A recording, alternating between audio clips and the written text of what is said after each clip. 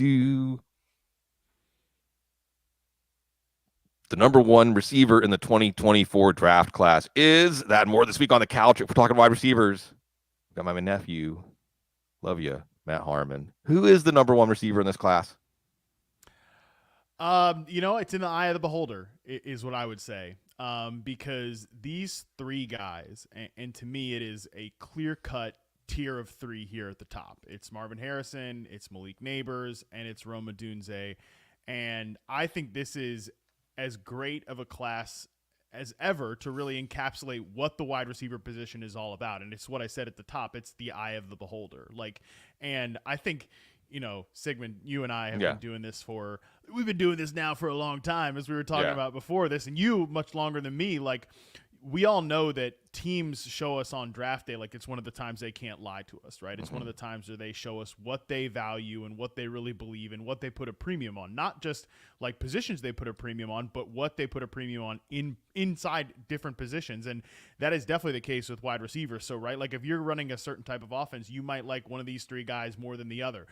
You're running more of a different type of attack where you're trying to get vertical, or you need an X receiver versus a guy you're going to move around a lot. You're going to maybe skew to one prospect or another. But my mission statement about this class, and we'll obviously talk about all these three players individually, but my mission statement with this class has been I think arguing about these guys is a waste of time, for us on the outside, because ultimately the only thing I won't stand for is this guy's not in this tier with Odunze is not in the tier with these other. No, I totally disagree with that. I totally push back on that idea. But between those three guys, if you like this player a little bit more than the other, go for it. I'm okay with that, because I think the grades and the tiers are close enough here with these players. Ultimately, who ends up being more productive, we'll know. We'll have a better idea about that, about a month from now, when we know who's going to be throwing them the ball and what ecosystem they're going to be playing in. Yeah, and I think that is a good answer. And I'm going to spend some time talking about three of them and just appreciate it. One of the things I want to do, the double rainbow, Matt Harmon, let's just, hang out and watch these wide receivers in our brain and talk about how amazing it is to have this constellation of these three guys coming together in this draft. And because of that, teams are going to get a franchise wide receiver, who knows, 7, 8, 9, which is pretty unprecedented. But I will say this just real quick. Gun to your head, you have to take one. You're starting the Matt Harmon franchise, the Matt Harmons. Who are you taking? You got to take one. Yeah, I would take Marvin Harrison. Right? He's the platonic ideal, right? Mm-hmm. Yeah, and he's, I think, somebody that you can use all over the place. And I think you have verifiable evidence on film of him playing the X receiver position at a high level.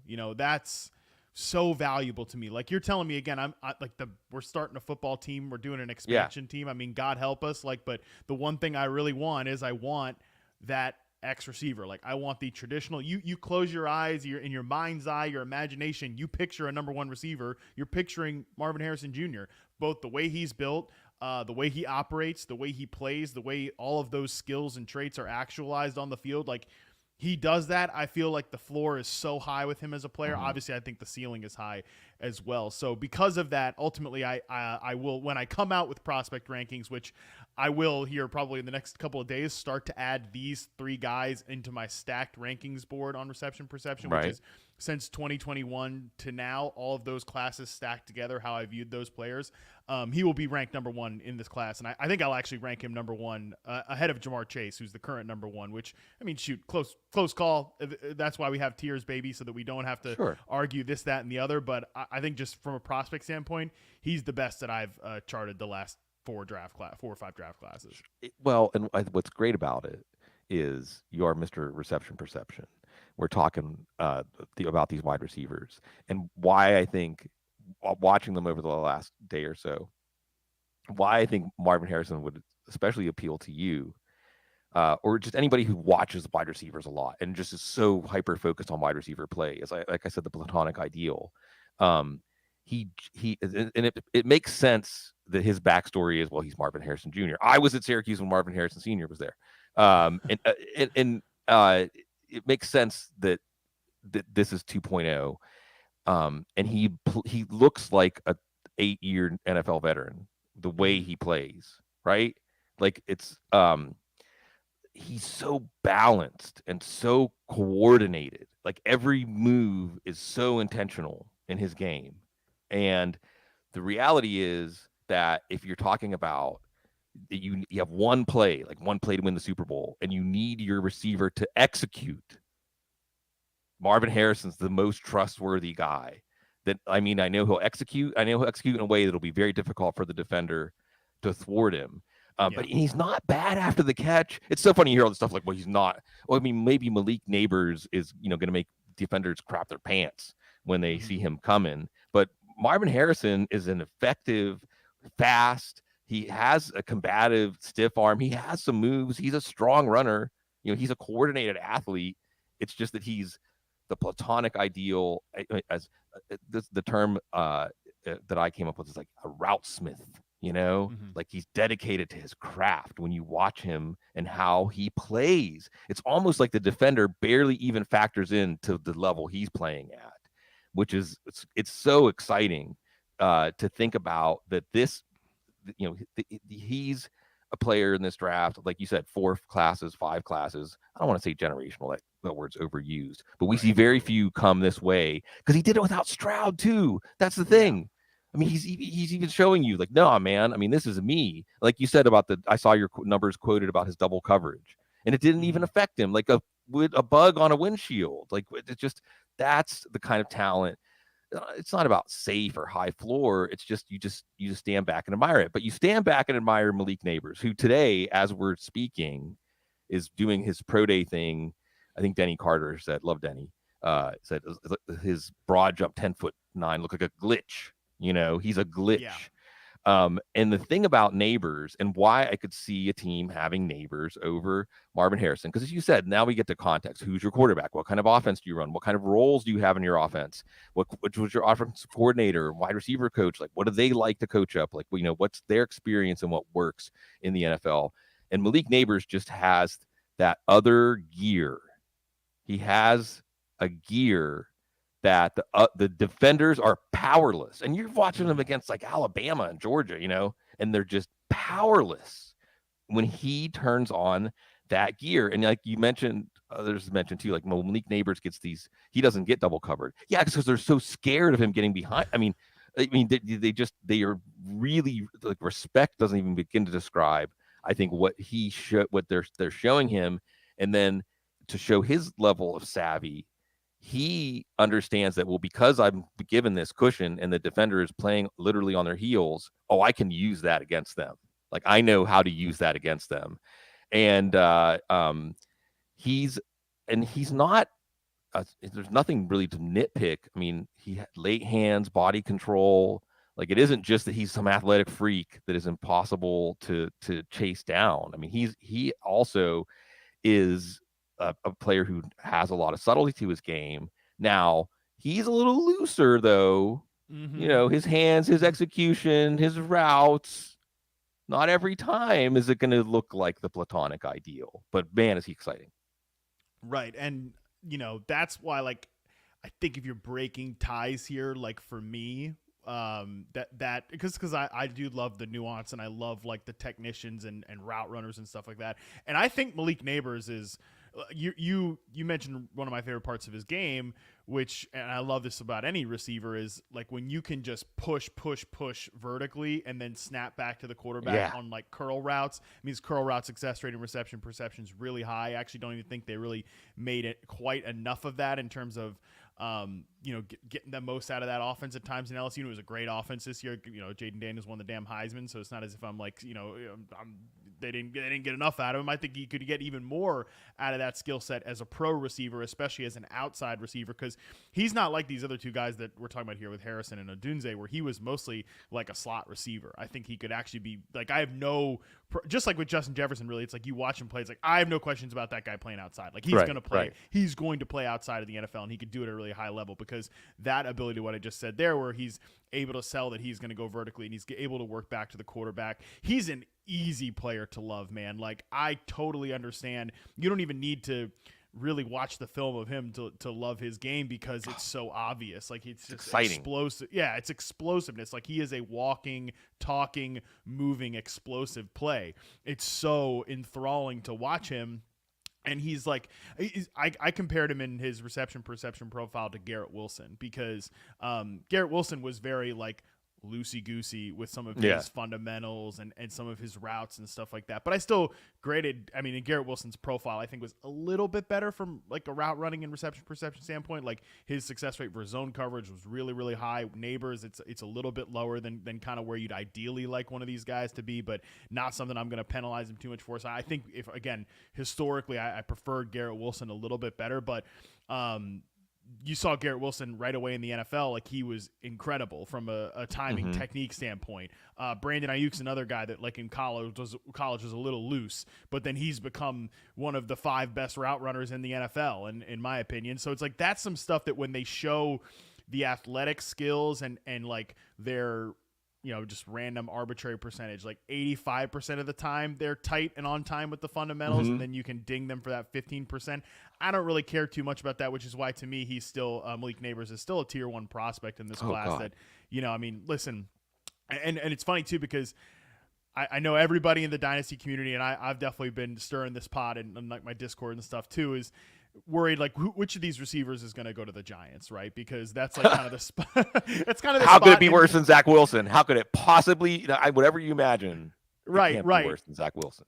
The thing is, though, I think if one of these guys was to go to like a bad quarterback situation, but like with an offensive coordinator, that my faith in the Brian Daboll, Mike Kafka brain trust has definitely gone down. It's wavered a little bit after the last year, but coming out of the 22 season, I was super high on what they did in it from an offensive perspective. Like, but if you're going to drop one of these guys into a shaky quarterback situation with a coaching staff that we still have, more faith than not in to get the best out of their players, I do think you'd want that guy to be Malik Nabers, because you just drop him in that situation and say, hey, Danny Dimes, like, you don't have to do a lot of thinking, buddy. You don't got to do a lot of processing here.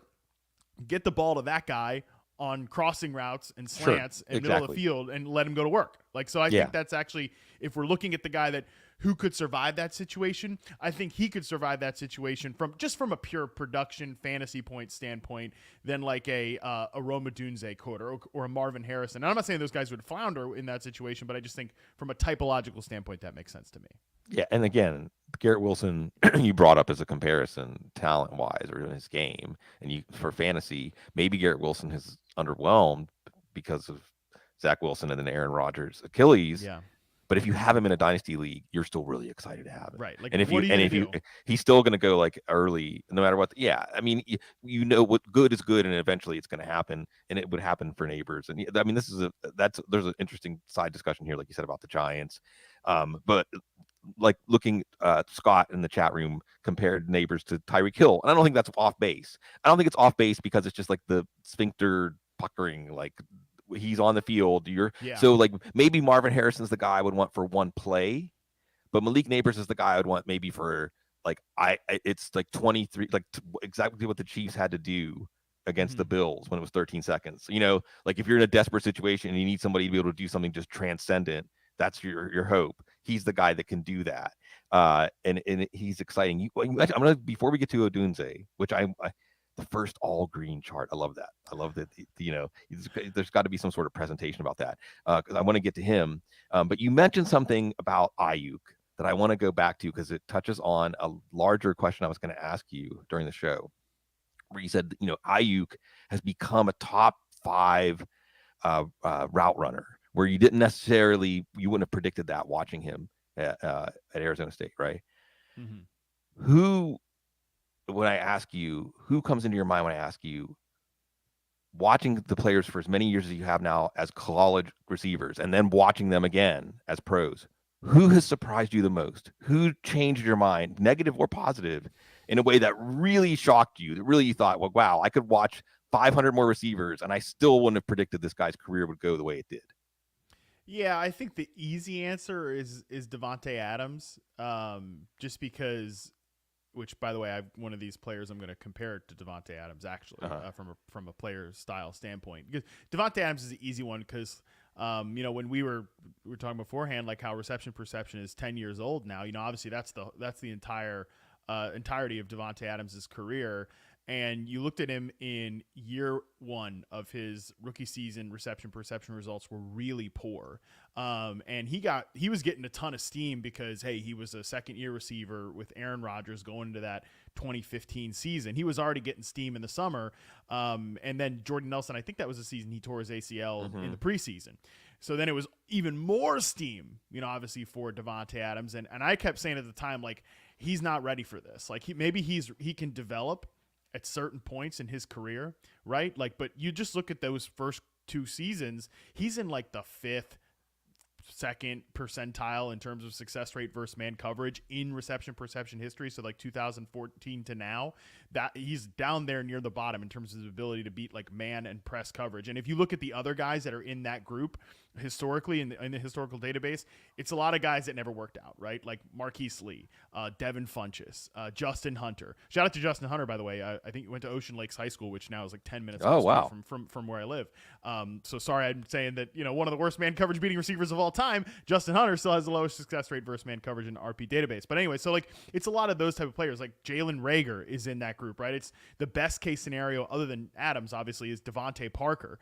So like that's, you have maybe one season where you're an above average starter. That's like the best you can hope for. You kind of finish around that bucket. Quentin Johnston probably going to finish the season around that level. So a little concerning there, of course. So Adams is there to start his career, and he has that kind of down season in 2015. And typically, like once that happens, like guys, it's over, right? Like you only get so many opportunities, and there were, rumors that he was going to get cut, right? Like there was articles like he might be on the training camp kind of roster bubble or whatever. And we know what's happened to Devontae Adams since then. And like reception perception backs that up too, that before he was even in the class that he's in now, like where we're just considering that, like it was showing this guy's beating man coverage and press coverage at like a 96, 97, 99th percentile. So to go from the bottom to the very top of the league is obviously completely unprecedented. Never seen any other player do that in the 10 years I've been doing this. So that's the easy answer, I think, of like a player that has been a pleasant surprise, like obviously throughout the course of his career. Oh yeah. He's always going to be the exception. If you want to write someone off as a bust after they start inauspiciously. Although I will say, tell me true or false, just in this broad statement, talking out of my other orifice. Does it seem like wide receivers are asked to do more earlier in their careers than they were when you started doing this? I mean, I think they're asked to play more. But I think that's a function of a couple of different things. Is one, my overall answer is like, yeah, I do think they're asked to do more. But asked to do more is actually maybe not the right way to say it, because I think that the NFL game has sort of met them in the middle. Yeah. Where like, okay, Deebo Samuel is always an example I come back to, that like if Deebo Samuel, even Cooper Kupp, to be honest with you, because he played to start his career such a unique singular role.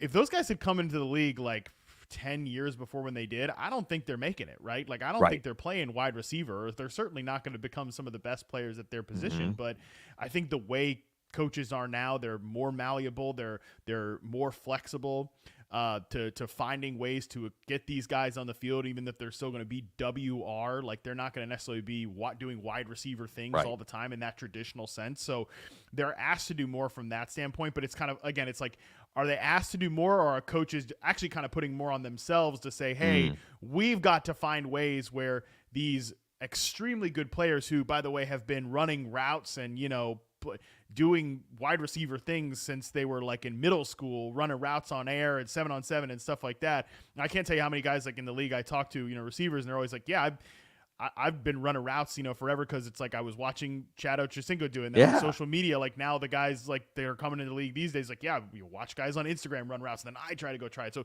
the league is willing to meet those guys in the middle, maybe even like actually go 60, 70, as opposed to like, hey, you come 90 to me and play in my scheme, more than they ever have been, in my opinion.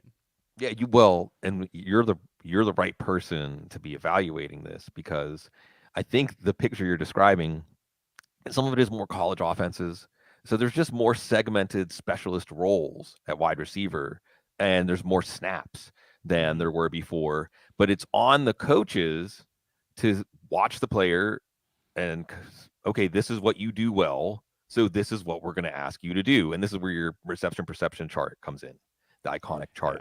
Yeah. And it's like, hey, where there's green, you do that, do more. If it's red, don't do that. So what Yeah. are you asking this player to do? Or like you said, they're meeting the players.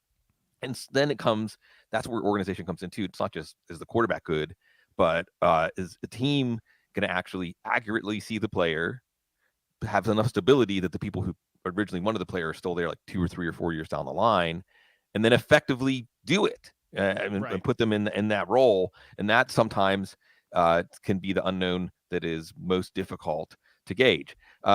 Great So example of yeah. that, by the way, Bloom, from Hmm. last year's draft class. And there's a player in this year's draft class that I kind of feel the same way Ooh. about. Jonathan Mingo, last year's draft class. Great Okay. example of a player that, like, okay, I like this guy, but I only like this guy in one role. And that's like playing, if he's going to be a big slot off the line of scrimmage, and like where you're not going to have him, like you can get him involved in the run game. Everybody's favorite when I start talking about wide receiver blocking. You can get him involved in the run game as a blocker. You can get him on these like routes with free releases, and get him in the middle of the field where he can, break tackles after the catch and play a little bit of bully ball. What you don't want him doing is, like, you don't want him playing outside. You don't want to have him running vertical routes, because Right. like that is not there. Well, guess what the Carolina Panthers do in year one?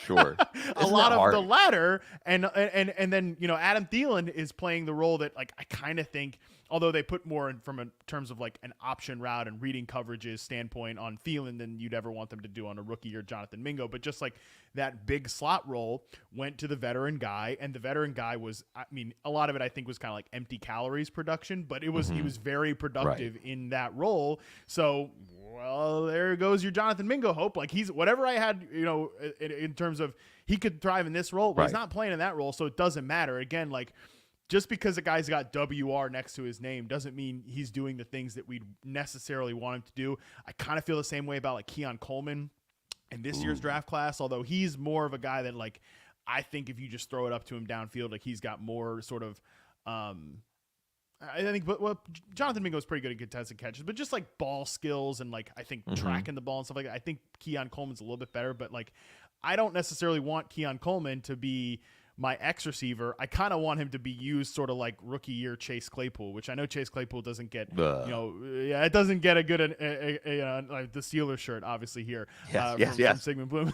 It's Cordell Patterson. We're celebrating Cordell Patterson week. Full circle, baby. But yeah, like I think that's sort of the way you'd want Keon Coleman to be, is like get that big body moving on like crossing routes and slant routes and stuff like that.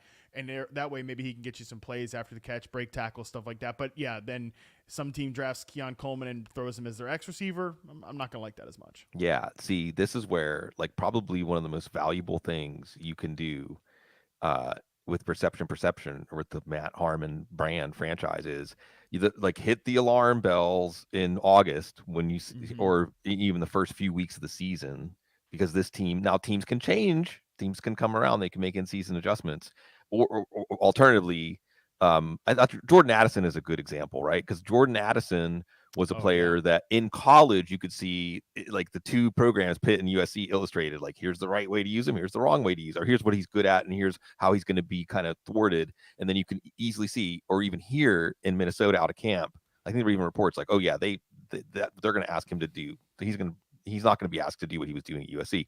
So are teams doing the right thing or not sometimes can be the answer. Not is the receiver good, not is the receiver able to produce in the NFL. It's, does the team actually accurately see what they can do? Okay, Quentin Johnston, another one. Quentin Johnston, another one, man. Like where I remember just when the Chargers drafted him, and even like kind of trying to get information out of Austin Eckler, like what's he doing in training camp, buddy? Because like and obviously he's not telling. You call him buddy? You call Austin Eckler buddy? So yeah, that's Joe Bryant. That's great. To be fair, I call everybody buddy at the start of the show. But, I mean, but with Austin, I'm like, where's like where are we lining up here? I'm trying to figure out. Didn't get a lot of good information about it, but like I thought it was so critical for Quentin Johnston to be a developmental player, which in theory would have worked great for the Chargers because we have two starters in Mike Williams and Keenan Allen. And like theoretically, we need a flanker really, Right. because we have a slot in Keenan and we have an X receiver in Mike Williams, but the problem is chaos always hits in the NFL. Yeah. And chaos hits and Mike Williams goes down and the Chargers just throw, because Josh Palmer was clearly going to play that flanker role because like I'm not that high on Josh Palmer as a player, but he's been in the system. So then again, it plays out where Mike Williams goes down. They get Quentin Johnson on the field as an X receiver and there was nothing. I mean, literally almost next to nothing in his profile from TCU that would have indicated he was ready to play in year one as an X receiver, full stop, nothing. And like, there's an alternate timeline where those guys all stay healthy. Then, and in year two, Quentin Johnson actually, maybe he's able to succeed as an off ball player that gets used on some of these routes. It's better for him, but there was just no way he was ever going to be able to work in year one. And now new coaching staff, like who knows if that will ever work out for him just because now he's a whole year behind. Exactly. Yeah, I love it. See, when you start talking about alternate realities, now we're really on the couch. I mean, that's the part of the NFL I like to, because I think it embraces the idea that these big outcomes that we observe sometimes can be based on seemingly random or arbitrary events if you go back far enough. So we can't, and as analysts, we shouldn't pat ourselves on the back too much for anything we get right because we don't really even know 1/10 of the forces that are converging when we see this stuff play out. Okay, let's ode to Rome Odunze because bottom line, your dynasty rookie drafts, get the number 3 pick. I mean, he's the number 3 pick in one quarterback leagues. I don't know, in superflex he might be 7 or 8 because he would be number 1 in most classes. The all green reception perception chart. And I said, if it's one play, I want Marvin Harrison Jr. If it's one drive or a desperate situation, give me Malik Nabers for a miracle. But once the ball is in the air and I want that guy at the other end of that pass to make that catch, I want Rome Odunze. He has, I don't think the Larry Fitzgerald comparisons are really that far off because he has a way of owning the space. He just owns it. He dictates what's going to happen at the catch point. He dictates it. It's beautiful. It's combat, it's almost like a martial art. He already knows how to put his hands on a defensive back and not get a flag. That is a key NFL skill. Let me tell you. He's probably the best vertical receiver of the 3, like straight up vertical. Like you need someone at the other end of that pass to make that play in the NFL where the windows get smaller. And he's closer to Harrison than Nabers as far as like his routes being like purposeful, intent, and precise. And he's creative and strong after the catch. And he's just so solid. He's so solidly built. He's got such a strong base to his game. And then once the ball is in the air, it's beautiful. He manipulates the space. I don't know how else to describe it. Like he can just visualize where the window, the bucket where the ball is going to come in, and how he's gonna jockey with the defensive back. He's gonna twist and spring his body. He's gonna get his hands at just the right spot at the right time. And this guy's gonna be the 3rd wide receiver off the board in this draft. Yeah, I mean, it's crazy. We'll see. I could see a team really valuing what he brings to the table, and maybe they take him over. I mean, maybe Nabers. I don't know. This is where it's just going to come down to it depends what you want, right? Because I think if you want like a true X, I think Rome Odunze is a great option for you. I think he'll be my 2nd ranked receiver in this draft class. I think he's that good. He's the ultimate technician. Because not only is he a route technician, and you absolutely see that, like in terms of ability to beat press coverage, he has a 92nd percentile score in reception perception among prospects. And prospect data is weird because of like level of competition, right? Like, there's some really funny names kind of towards the higher end of the success rate charts, but like, okay, we know that what Sky Moore is doing at Western Michigan is not the same as like what these guys are doing in the Pac-12 or certainly in the SEC, stuff like that. Like people always ask me, should you adjust these metrics for this? It's like, well, number one, that I don't really know how to even go about that. Like, what do you adjust it by? Whatever. Like, when does it just become an arbitrary thing? And one thing I've always, come to know from you and all my other great mentors coming up in this space is don't treat your audience like they're idiots. You know, like don't treat people like they're stupid. And I think that people can see that and be like, hey, there's a level of adjustment you need there. Anyway, so that's like my prospect Mm-hmm. rant. But 92nd percentile scored, the best among these three receivers in terms of beating press coverage. Like he has great release moves off the line of scrimmage. He has great route manipulation down the field. Like he gets the all green route tree. I have a love-hate relationship with the colors on the route tree at times, Right. but it's very much indicative of his game where he gets open, he wins at all three levels. And then at the catch point too, like all that stuff you laid out there, you know, we think of contested catch games, you know, like you're just a big hulking receiver and you're out athlete the other guy. No way, man. It's so much timing and detail and nuance and technique. Like when do I time the jump? When do I bring my hands up? The late hands. Like when can I get away with a little bit of like contact here? When can I initiate versus when they initiate? Like that's all stuff that one is it's prep work, it's time on task. It's also just processing things quickly in the moment. And you see all of that with Rome Odunze. Like and by the way, he's another guy that I'm with you. Marvin Harrison brings more after the catch than you think. Like Rome Odunze breaks more tackles. He goes down. He does not go down on first contact very often. Less than half of his in-space attempts that I charted, he goes down on first contact. Like that's not really the way he's used because he's a pure vertical receiver, like we're saying. But when you want him to, run a slant and get some extra yardage, he's going to do that for you. Like he truly, I don't think has a weakness in his profile, which is why I gave him the Devontae Adams comp, is because Adams was very similar. Where a lot of this stuff that we're talking about, he was good at his peak, and I mean he's still really good right now. He was just great at everything in Green Bay. You could run the entire offense. When like Devontae Adams got traded, Matt LaFleur even said like I got to kind of go back to refiguring this offense out because we just ran so much through 17. It was just, what is he doing and how do we get him, the ball in these different ways? That is the type of player I think Rome Odunze is going to be for his NFL team. He is a fantastic prospect. Yeah.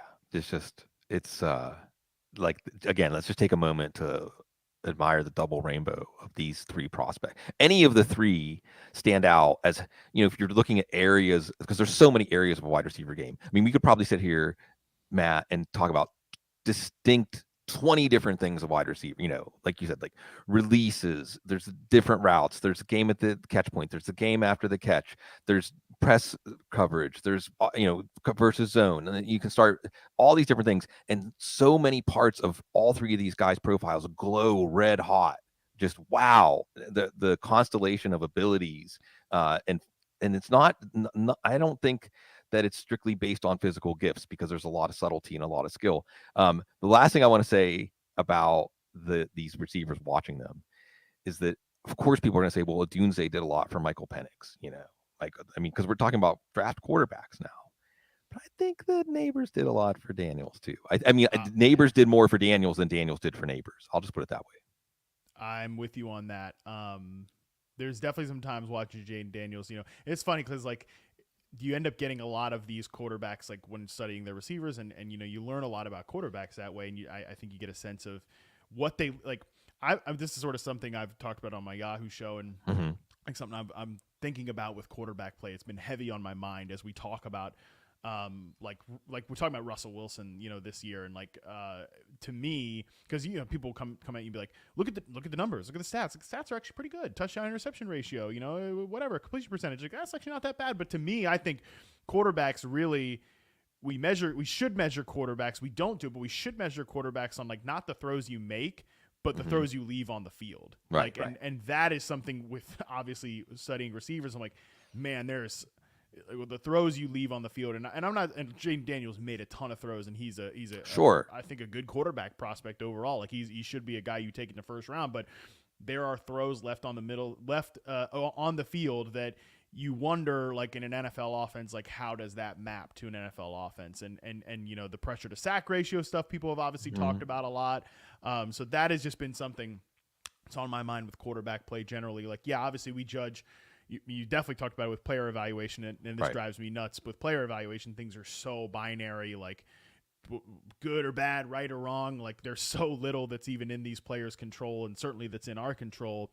Ultimately, you are what you are. Your resume is your resume, but at the same time, like things can go wrong along the way that we will never know, like in the alternate universe, how it happened. But certainly like within prospect and player evaluation, like for quarterbacks, it's just the plays you leave on the field are the ones that sort of stick with me. Oh yeah, watching Malik Nabers. There are times that when the ball is released, you think, oh, well, maybe there's up. Oh, I guess there's nothing there on that play. Okay, next play. Okay, like maybe like 10 minutes before we go off the rails. So I want to touch on some topics more like lightning round stuff. Okay, Mm-hmm. I mean, first we can savor this one a little bit because I think have you been referred to in established media as a wide receiver guru before that Buffalo thing? I was actually talking about this with Derek Klassen, who does the Yeah. charting Oh for yeah. us for Yeah. Yeah. quarterbacks over reception perception. Like, what word do you actually prefer? Because I had him on the Yahoo show, and I was like, Yeah. I don't want to introduce you as a quarterback guru or a Right. quarterback expert, because I don't particularly like those titles. Yeah, I definitely have. I definitely heard guru before, which I'm always like, You were the guru. Guru makes me sound like way too important for what I'm doing, Yeah, especially you're for not the old quote enough. that came out in that Buffalo. Yeah, Yeah, well, that was definitely that was the best part. I mean, what I loved about that was something out of like a satire universe. Like that was out of the Onion Yeah. universe, Yeah. But you're real. It's and I love you for it. But the player you were talking about, Curtis Samuel, you might be the most excited person about him, and that's why you were on the record just emoting about it. But why are you so excited?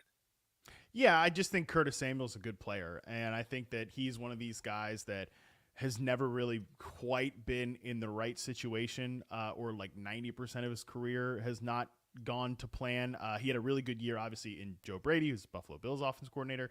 When he was the offensive coordinator with Carolina, that was probably his best season because I think the factors all came together. He's one of these players that, like, oh, you're an idiot. You thought Curtis Samuel was going to have a breakout year in 2019. Well, here's what I didn't know in 2019 is that, Kyle Allen was going to be playing quarterback pretty much the entire season, and he was going to be running go routes on like 28% of his routes, because that's not what you necessarily want Curtis Samuel to do. He can stretch the field, but it doesn't even matter if he's stretching that field. He's not getting the ball accurately if Kyle Allen, not Cam Newton, is his quarterback. Right, so he's one of these like, what if type of situation, like what would have happened if Cam Newton was just the quarterback that year? That always sticks with you because, like, when I watch Curtis Samuel play, man, I think he's good. Like, I think he brings so much to the table, and I think he's sort of been pigeonholed into this like kind of gadgety role with the Washington Commanders. And man, I was not a fan of what Washington was doing on offense last year from a schematic standpoint at all.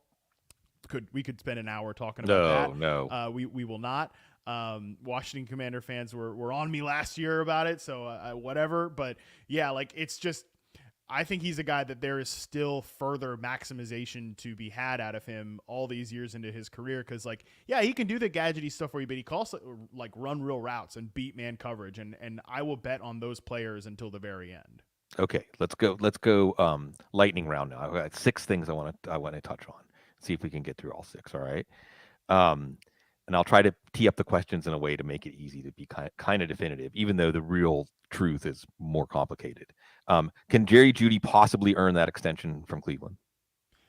I mean, yeah, because the money it's a little bit funny money. But like, it depends what you would consider earning that extension. Like, I think that go ahead. No, go ahead. I think that I think he can be a very, like, a fine number 3 receiver, and he's probably going to be the number 3 receiver for the Cleveland Browns. I think that was always sort of his ceiling. Like, if he suddenly becomes more consistent and more like, he's the other end of the Malik Nabers, Garrett Wilson sort of like thing that we're talking about here, that if you don't tighten up your fundamentals and, like, man, look at how quick his feet are. Yeah, well, the rest of his route running is a mess. Like, he's been one of the most overrated route runners for the last like 3 years. I think people finally have caught up to it. But, like, I've been saying this for 3 years now. Like, the like exciting cut ups and times like that, that's not route running. Like, that's just having quick feet, which he does have. So you tighten the rest of those fundamentals up, he becomes more consistent. He actually beats zone coverage at a real rate. Like, then we're talking about a guy that can be a big solid player. So yeah, I mean, if he gets better, he definitely could. Should Brian Callahan be putting Calvin Ridley in the Jamar Chase role? I think that it depends on what he means by the Jamar Chase role, because listen to that conversation. Like, I think that you definitely want Calvin Ridley moving all around the formation. And that has been something that, I mean, the Bengals have been blessed where they have legitimately two guys that could play the X receiver position. Like if you wanted to run them out there 100% of their snaps, like they're George Pickens at X receiver, right? Like you have two guys that could do that in T. Higgins and Jamar Chase. So that's allowed them to be flexible with Jamar Chase in terms of moving him around the formation. You definitely want Ridley doing that because we saw the inverse last year where he was a pure X running like comebacks and curls and 9 routes, and basically that's it. That's not what you don't want him running, the George Pickens route tree. You don't want him running the Mike Williams route tree. So I think in that way it can be a good role for Ridley. Does Marquise Brown revive the deep passing game in Kansas City? No, actually, I think the funny thing about Marquise Brown, he can. I put it to you this way: I don't think he can revive the deep game consistently. I think where he can revive the passing game is over the middle, intermediate, like 15 yards kind of routes. Like I think the routes he's really good on are like dig routes and crossing routes against zone coverage specifically. Whereas Rashee Rice showed you he's like more that underneath guy. He's the yards after catch player. So I don't think like. When I don't really want my sub 180, sub 170 at times, maybe receiver being your deep game guy, but I do want to have him run big over routes and dig routes and like big crossing routes over the middle of the field. That's where I think you're going to best use a guy like Marquise Brown. He's probably worth what he cost right now, but we'll see. Yeah. We'll see. Will Jameson Williams look like a first round pick this year?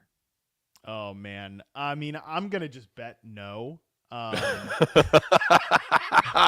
love the tone. Yeah, but yeah, look, I thought Jameson Williams, like we talked about Garrett Wilson at the top in that class. To me, I felt very similarly to the 3 prospects I feel this year, where there was a clear cut tier of 3, like the best receivers in that draft class. You want to say it was Garrett Wilson? That's fine with me. You want to say it was Drake London? Fine with me. You want to say it was Chris Olave? Totally fine with me. Where I started to get a little like, whoa, slow down, Sailor, was when people were like, oh, Jameson Williams, maybe he's the fastest receiver in the class, but he did not have the film that those other 3 guys did. And his career has just been such a mess, like to this point in his career. I think overall it's a safe bet just on the facts to say, no, he probably doesn't. And then you look at him, like at times the film's a mess in the NFL, man. Like he doesn't know how to consistently get open, which, I mean, I don't totally blame him because his developmental path has just been such a disaster so far. So he is definitely an alternate universe candidate for sure. But the Lions knew a little bit of what they were getting themselves into because he was coming to his rookie season with an injury. So that alone throws off your developmental path. Yeah. I mean, if he hits, it'll be because Detroit. Because Detroit's going to be one of those organizations that maximizes what they have, and they figure it out. They figure how to get him out of the tailspin. But it sounds like what you're saying is there's no evidence so far that he's going to be able to do it himself. No, definitely not. And then you even think about that though, Bloom. Like the funny part about it is that, okay, let's say Jameson Williams is like, he's good. Like he's just as an individual player, he is good this year, which he hasn't been so far. But I'm not ruling it out that that's the case. Even if that is the case, he's probably the 5th most important player for them to get the ball to. Because you're still getting the ball to Amon-Ra St. Brown. You're still getting the ball to Sam Laporta. You're definitely getting the ball to Jahmyr Gibbs, baby. Absolutely. And then it's like, okay, well, David Montgomery is probably going to touch the ball more. Even if Jahmyr Gibbs is going to be more explosives, he's going to touch the ball will physically be in his hands almost with 100% certainty over Jameson Williams. So then again, he's like 5th in the pecking order there. Even if this offense is great, which it has been, and I think there's no reason to think it won't be, that's still pretty far down the totem pole. Yeah, he's a best ball. He's a best ball commodity. But what it really shows you is the brilliance of the personnel design of this offense, and how and then you have Ben Johnson orchestrating it, and all Jared Goff has to do is just deliver it on time, and the offensive line has been giving the opportunity to do that. Let's see. Let's get Detroit there. They were so close. Let's get them there. Okay, last one, just like a real quick dynasty. Who would you rather on the same team? Just and who would you draft earlier in a redraft? Christian Watson or Jaden Reed? Oh, Jaden Reed, easy. Easy for me. I was a big fan of Jaden Reed coming to the NFL. His rookie season was incredible. He was awesome. I mean, he was just awesome as a rookie. And look, I know there are some concerns about his profile. You know, he was really only a slot only player. Right. I don't think he should be a slot only player. I think there are way more things he can do for Green Bay. I will say this: like at Green Bay, receiver core is going to be a mess to sort through because all of those guys are good to a certain level. Sure. Like Romeo Doubs is really good for being a day 3 pick. I don't think he's like a future superstar in the league, but he doesn't deserve to just be plucked off the field and never heard from again. When Christian Watson's on the field, I don't think he has the profile of being a true number 1 receiver at any point. I think there's too much volatility in his game, but you want him on the field to be doing some special stuff. He doesn't have to be. Like Jaden Reed, I think, could be that number 1 receiver. And then there's Dontavian Wicks, who's also really good. Yeah, and that's just the receivers. Yeah. And then you have, I mean, Wicks is an awesome route runner. Like, that guy is really, really good. Like, he's a player that you watch on film and you're like, they should get that guy the ball more. Right. He should be more involved. At whose expense? Who are you? At whose expense? And then we didn't even talk about that. They have 2 tight ends that are pretty good. Yeah. Kraft is so much fun. He's instantly becoming one of my favorite players. He's just one of those dudes, like, I want to see him get the ball a few times a game just to see what's going to happen next, because he absolutely has no regard for anything out there. He's rampaging. Okay, and then the last one, Tank Dell or Nico Collins? Nico Collins. And if only because I can take the caveat that, look, Tank Dell's coming off an injury. I think Nico Collins. But overall, I was very big on Nico Collins coming into this year just because he's another one of these players that, like, the production wasn't there. Is he a face planter or whatever? Watch the guy play, man. Why hasn't he produced in his first 2 years of his career? Have you seen the Texans offense? Right. He was there sometimes. The receiver is a part of why the offense is not successful. Like, I think Jerry Jeudy, we talked about him earlier. It's like, well, Jerry Jeudy's played in bad offenses. Well, some of those offenses have been bad because they've relied on Jerry Jeudy too much. With Nico Collins, it was like, that's not the case. This is a guy who's beaten man press coverage as a true X receiver at a really high rate in his second season. Just things didn't work out around him. They work out around him to about perfect degree prior the year after that, in this past season with CJ Stroud, and you see the results. Yeah, it's going to be fun. Houston's fun. Daniil Hunter, what they did is fun. And I hear, by the way, we're kind of going off the rails here. It's more to, is there still like the soul of a Carolina Panthers fan? I mean, you've mentioned Jonathan Mingo as kind of a negative, things, a disappointment. You're Curtis Samuel, disappointment. Now, I mean, is there a more disappointing franchise in the NFL than the Carolina Panthers? How are you doing with that? I couldn't care less about. Good. I think my buddy Josh Norris, our mutual friend Josh Norris, still carries like a little flicker for them, maybe more than I do. If you listen to Josh's show or you see his content, he can't help himself. My neighbor across the street is actually a Panthers fan. Like I have Panthers fans in my family for sure in Carolina. Doesn't do it for me. Definitely. They haven't done anything that would make me think like, oh yeah, that makes my heart flutter. If they had drafted CJ Stroud, and I'm on record, you can go listen to my podcast. Like I thought Stroud was the guy to take there, and I thought they were taking Stroud, and that did have my like heart fluttering a tiny bit. Oh, you were ready. Year. Now it's like, nah, who cares? Yeah. See, I mean, as a Steelers fan, the whole Fields and Wilson, and now Cordell Patterson and Arthur Smith. I mean, there's hope. And I'm excited. This is the Cordell Patterson was the cherry on the sundae. The farmers markets here are amazing. Folks, go to farmers markets. Pay attention to what's in your food. I mean, it took me a long time to finally figure this out. I noticed that was like your main piece of advice. Like, no, and we're learning more and more about nutrition. Go to farmers markets. It's like subversive. I love it. Talk to the farmer. They're awesome. The farmers markets in New Orleans are one of the very best things about living here. I had no idea. And there's a farmer in Mississippi who's actually from Western Pennsylvania. He's from near Keckville. His family, when I first met him, there's like a crazy UFO. Look it up. Keckville, I think is what it's called. A UFO incident from like the 40s. And it actually was on his grandparents, the Nabers. And I had asked him, like, do you know anything about this? And he's like, how do you know about that? That happened next to my grandparents' farm. Anyway, he saw me. He's from the area. He's from Pittsburgh area, like me. And I saw him, and he just saw me walk up, and he walked up to me, and he gave me a big hug. I talked to this guy at the farmer's market. You know, he's a cool dude, but like I never would have expected him just to come up and hug me because the Steelers got Justin Fields, right, and Russell Wilson. It's exciting again, and I like how you're like the Panthers. Well, what does make you were ready? You were ready maybe to buy back in. What does make your heart flutter now in the NFL? Oh man, I mean, it's hard not to talk about talk about receiver play, obviously. But yeah, I mean, I think that guys like it's just so cool to see like these longer developing careers for players. To track guys throughout the course of their career, I think is really cool.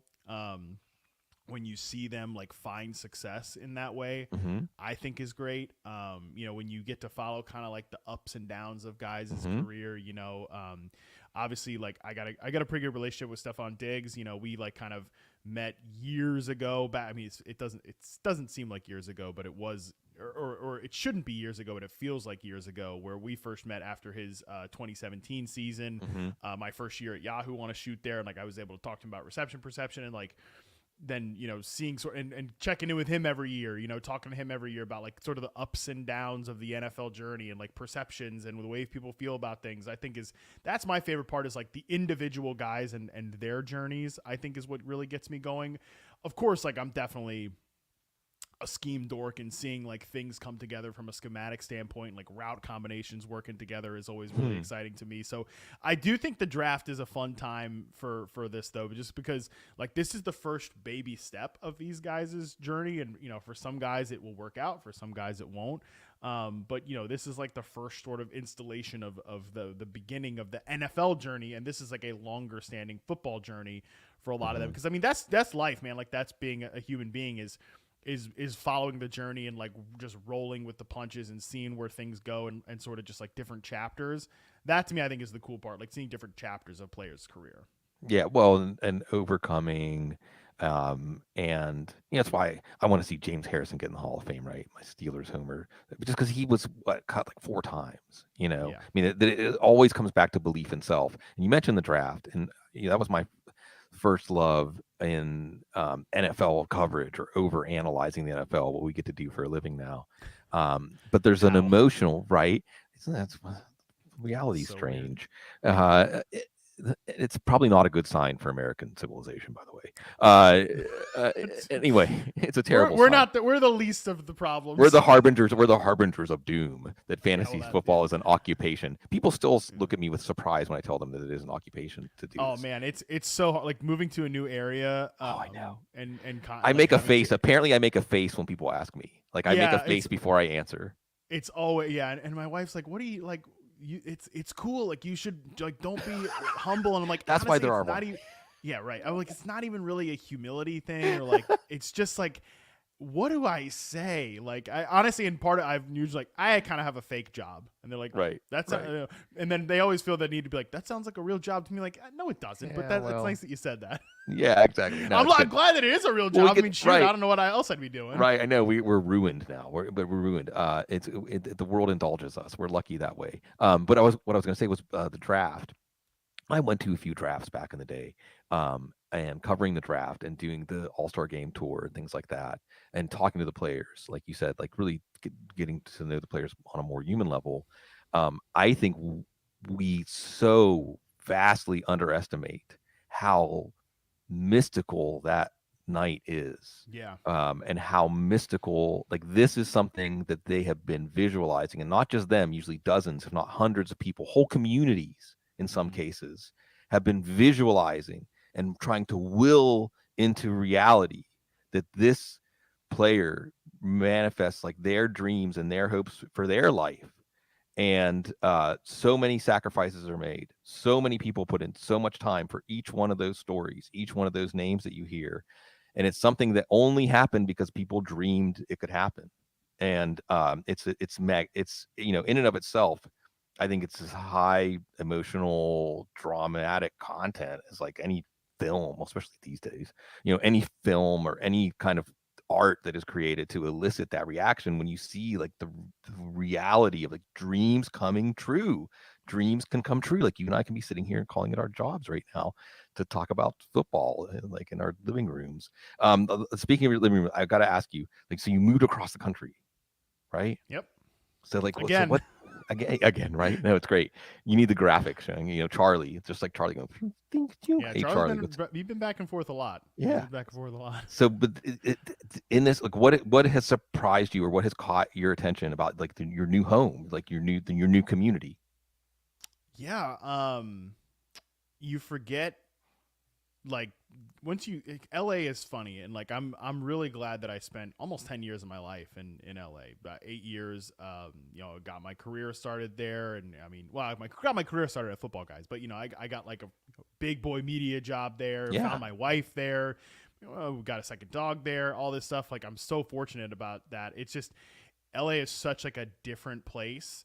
Like, doesn't feel real at times. Like, it's totally cool if you're 15 minutes late in LA because like it's LA. It doesn't really work that way out here. Kind of trying to have to tell my wife that all the time. Like, no, people like you say 5:30. Like, you're supposed to be It's there. great. I mean, you're rolling in at 5:45. Like, well, I just came from LA, And then you're like a stereotype, Yeah. But I think the thing that's actually, as much as like we talk about like health and nutrition and like get your fitness Right. and your nutrition in order, absolutely. Yeah, I like to like go out and experience things. I like to go out and like get a good meal and like stuff like that. Man, you realize leaving LA just like how spoiled you were there because the food is an incredible scene and like there's great places to eat here. Totally, don't get me wrong, but like, you gotta work for it, man. You got like that's another thing I tell my wife all the time. Like, we can find really good like places here that we will want to go back to, and like all these kind of great dining, and like if you want a recommendations in Virginia Beach, I can absolutely give it to you. But you just gotta work a little harder for it. You gotta do a little more work, and like we've really come to love like the wine scene up in Charlottesville. Like, hot take, we come from California. We spent a lot of time like Temecula, Santa Barbara, a lot of great wine scenes there. Like, I'd put Charlottesville right up with any of them. But tell you what, I didn't know that when I was a college student in like the middle of Virginia, Central Virginia area. Now, yeah. Yeah. So it's like finding these new things, I think has been really like I'm not from Virginia Beach. I didn't grow up here, but I did grow up in Virginia, and like it's going back to Charlottesville, which we've had to actually go back to for like to go to UVA hospital for some stuff. Off the field issues.